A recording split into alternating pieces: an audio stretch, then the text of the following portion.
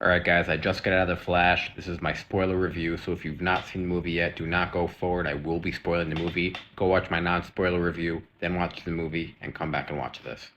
Okay, so I guess to do kind of a quick plot synopsis, it's exactly what we saw in the trailer. Barry Allen trying to go across timelines to save his mom.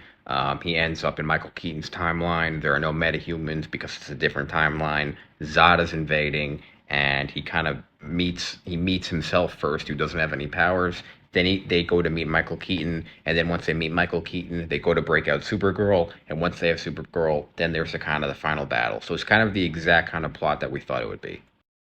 Tone of this movie was very different. It was good in some ways, bad in other ways, but that's kind of my first thought leaving the movie. It's a very different superhero movie. The humor's different, the action's different, the way it looks is different.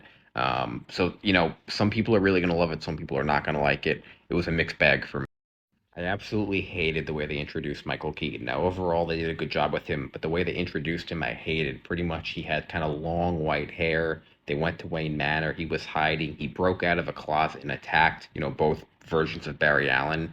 And it reminded me a ton of Luke Skywalker in Last Jedi. He did not want any part of them. He did not want to be involved. I think they should have introduced him as Batman. I did not know why they went with this.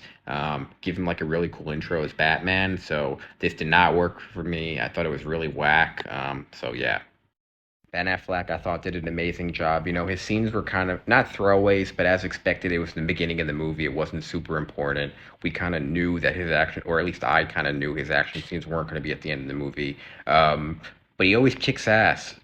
He always does a good job. I don't know why so many people don't like him. I think he's super realistic as Batman. So salute to Ben Affleck. If this is your last time as Batman, I thought you did a great job. I thought you were let down by your scripts, but overall, I think he's a super underrated and very good Batman. Speaking of Batman, this movie ends with a pretty big cameo. Pretty much, Barry gets a call from Bruce, the end scene, and he gets out of a limo or an expensive car. You think it's going to be Michael Keaton, but it's actually George Clooney. I thought this was a pretty cool cameo. It was a big surprise. Kind of a good nod to him, a good way to kind of, just get a good laugh, a good way. So I thought this was a cool way to end the movie. There were a lot of other cameos at the end of the movie, which I'll do a separate video on, but there was Christopher Reeve, Nicolas Cage as Superman, Adam West Batman, obviously George Clooney, as I mentioned. So a lot of good cameos that I'll make a movie on, which I thought was pretty cool.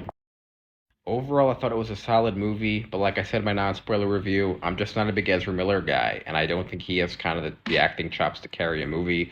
So overall, it was a good movie. I think it was a solid 7 out of 10. Nowhere near the best DC movie or superhero movie, but that's my spoiler review. Thanks, guys, and I'll see you on the next.